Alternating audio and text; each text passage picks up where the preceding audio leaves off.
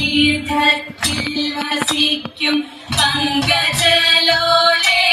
ദേവി പാണികളിൽ വീണയേന്തും രാഗവിലോലേ നാൻമുഖന്റെ സഖിയായ ജ്ഞാനരൂപമേ എന്നും നാവുതന്മേൽ നീ വസിക്കൂ പാണിമാരാരേ വിജ്ഞാനത്തിൻ